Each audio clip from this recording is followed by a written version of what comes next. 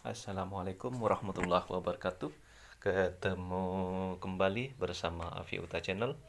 Pada kesempatan kali ini, pada video kali ini, yakni pelajaran fikih semester 1 kelas 2 Madrasah Ibtidaiyah. Jadi saya ulangi, yakni pelajaran fikih kelas 2 MI.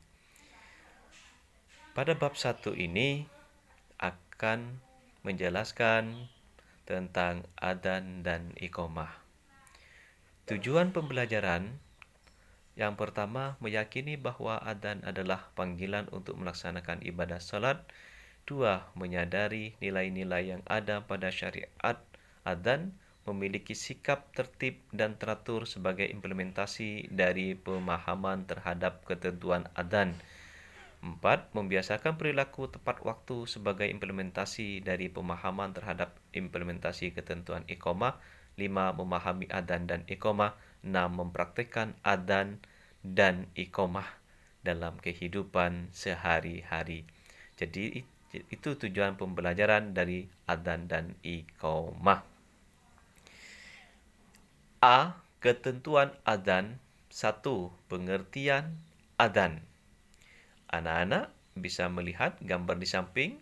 Gambar kegiatan apakah di samping itu? Oke, jelas.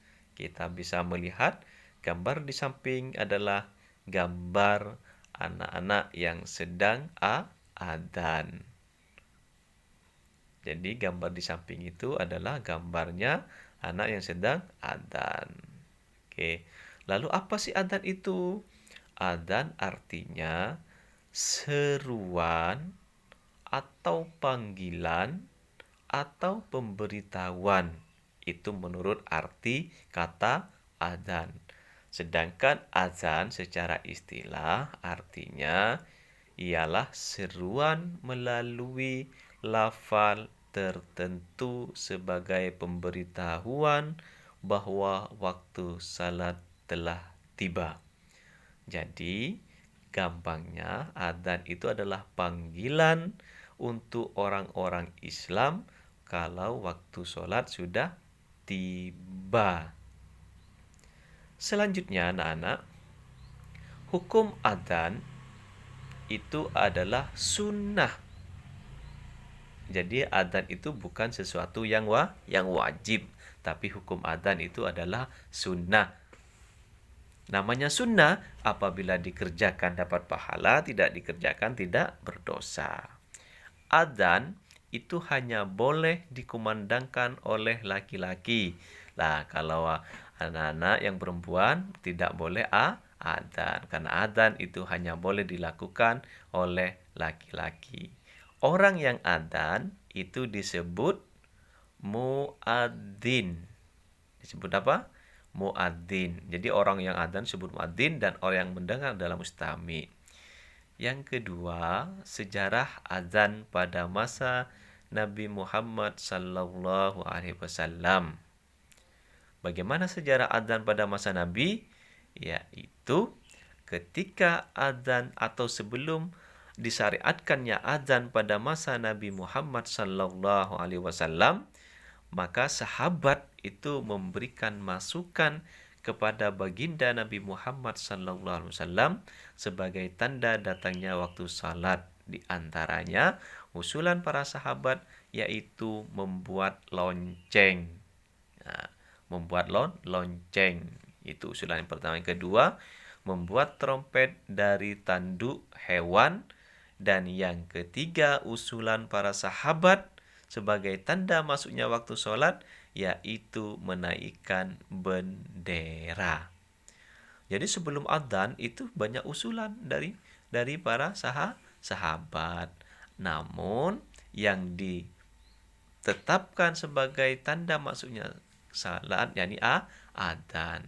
Adzan disyariatkan pada tahun kedua Hijriah, bermula dari mimpi Rasulullah sallallahu alaihi wasallam yang dalam mimpinya di mana Rasul mendengarkan suara terompah Bilal di surga.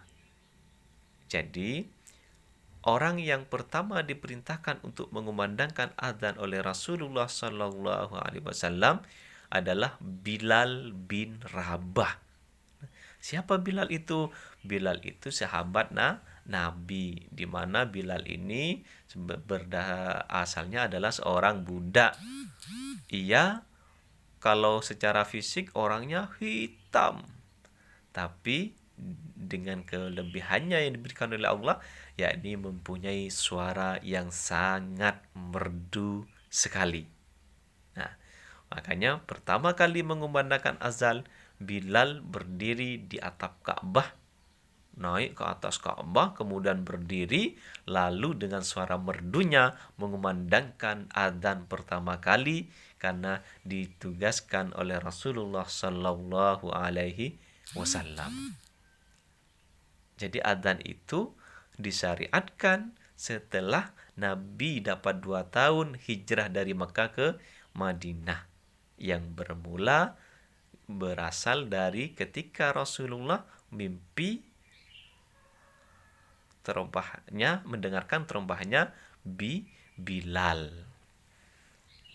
Oke, gimana anak-anak? Sudah, mudah-mudahan sejarah adzan, pengertian adzan bisa dipahami, bisa dimengerti.